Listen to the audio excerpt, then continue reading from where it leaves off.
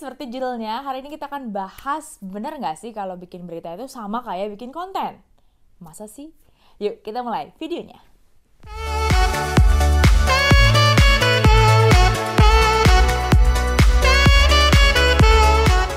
Ternyata guys, ada beberapa hal yang sama ketika bikin berita sama bikin konten. Kita bahas satu persatu. Persamaan yang pertama, inti dari informasi yang mau kalian sampaikan, entah itu dalam bentuk konten ataupun berita, gambar-gambar yang menarik itu pasti ditaruh di awal. Jadi misalnya nih, lagi mau bikin konten tentang satu tempat pijat yang ternyata bisa sambil nonton Netflix. Nanti gue baru lihat nih videonya. Itu tuh dia langsung taruh di awal gambar ketika dia lagi pijat sambil nonton Netflix. Barulah dia mulai video dari awal sampai akhirnya gitu loh. Jadi potongan itu ditaruh di awal. Nah sama kayak lagi bikin berita. Misalnya informasinya tentang kebakaran. Udah pasti tuh gambar api yang lagi membara, berkobar itu pasti ditaruh di awal. Atau misalnya lagi ada pengejaran terhadap tersangka kasus tertentu gitu.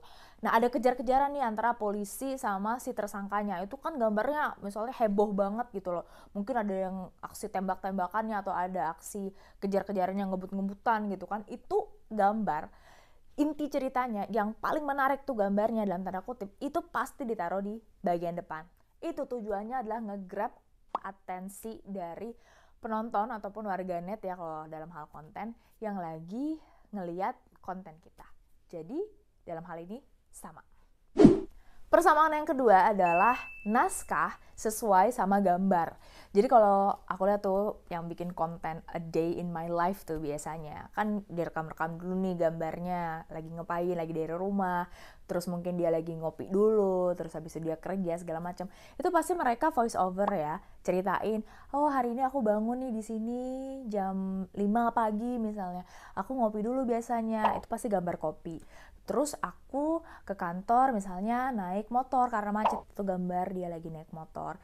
Nah ini nih kantor aku, biasanya kita ada snack gratis, adalah dia ngasih gambar snack-snack gratisnya di kantor. Jadi naskah yang dia omongin, voice overnya itu ngikutin gambar. Sama kayak lagi bikin berita. Misalnya beritanya tentang banjir gitu ya.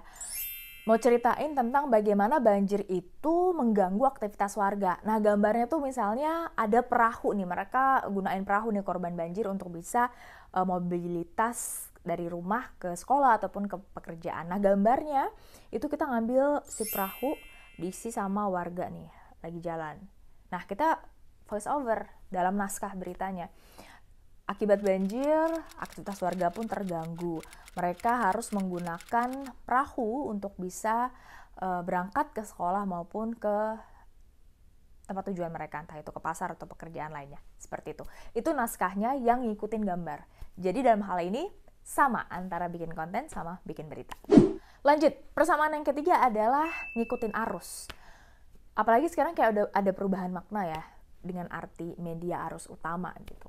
Apalagi udah ada kehadiran media sosial. Nah, kalau bikin konten, biasanya kan kita pasti ngikutin tren, ya kan, ngikutin arus ya. Apa sih yang lagi tren? Apa sih challenge-challenge yang lagi banyak diikutin? Apa sih lagu yang lagi banyak banget dipakai? Nah, kita bikin nih supaya kita bisa ngikutin arus sehingga banyak viewers kita. Nah, sama kayak bikin berita. Bedanya bikin berita itu bukan hanya warganet aja ya, apa yang dibicarain warganet, tapi juga dalam kehidupan nyata masyarakat pada umumnya. Ini juga yang jadi pertimbangan. Apa sih yang lagi hangat?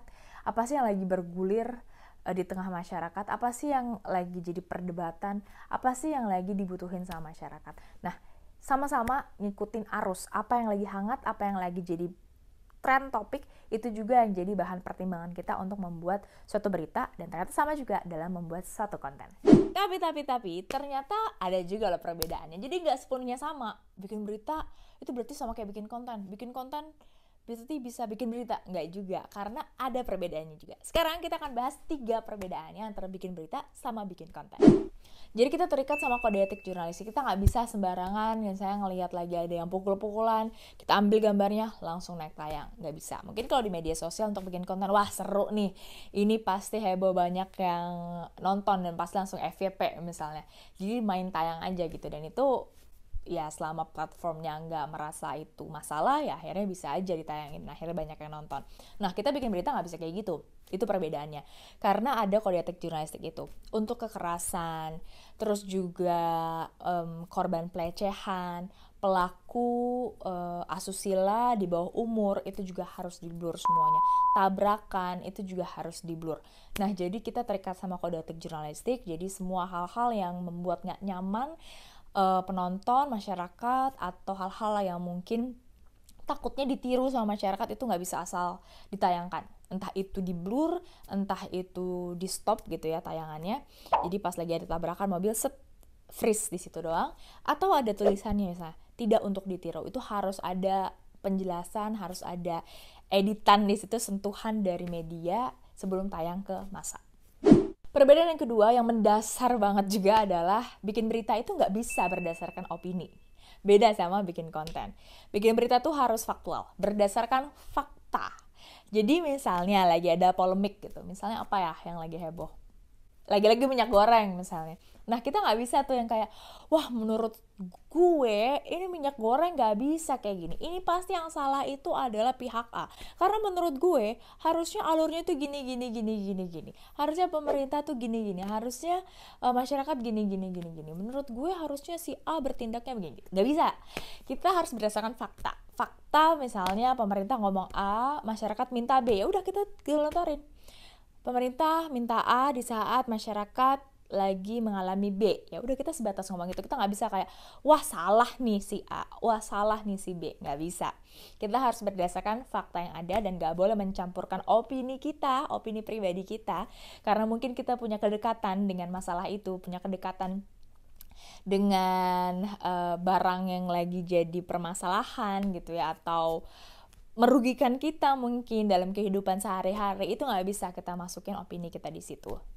Kita hanya bisa membiarkan fakta yang berbicara dalam berita. Perbedaan yang ketiga itu adalah soal tujuan. Tujuan dalam bikin konten sama tujuan dalam bikin berita itu udah pasti beda. Tujuan untuk bikin berita itu yang paling utama adalah untuk masyarakat, kepentingan masyarakat. Entah itu informatif, edukatif, baru yang kesekian lah, menghibur gitu loh. Jadi tujuan utamanya adalah untuk memberikan informasi untuk masyarakat, mengedukasi masyarakat, itu yang jadi tujuan utama, itu nggak bisa bergeser gitu. Nah, beda sama bikin konten. Kalau bikin konten, biasanya yang paling utama itu adalah tujuannya menghibur. Emang sih ada beberapa content creator yang informatif juga. Tapi kan itu nggak wajib gitu, harus informatif gitu. Mereka juga bisa untuk bikin itu menghibur aja gitu. Nah, jadi gimana? Kesimpulannya adalah sebenarnya ada perbedaan, ada juga persamaan antara bikin konten sama bikin berita, guys. Cuman nggak sama sepenuhnya ya. Jadi nggak bisa bilang kalau udah bisa bikin berita berarti bisa bikin konten. Udah bisa bikin konten berarti gue bisa bikin berita dong. Nggak juga ya. Tapi sebenarnya kalau udah bisa bikin konten, udah punya modal lah untuk bisa bikin berita. Sama, kalau udah bisa bikin berita, udah punya modal juga untuk belajar bikin konten. Jadi saling menguntungkan lah untuk bisa bikin dua-duanya. Gitu deh, semoga bermanfaat ya apa yang aku sharing hari ini. Dan kalau kalian suka jangan lupa like video ini, komen, dan juga share. Sampai jumpa di video berikutnya.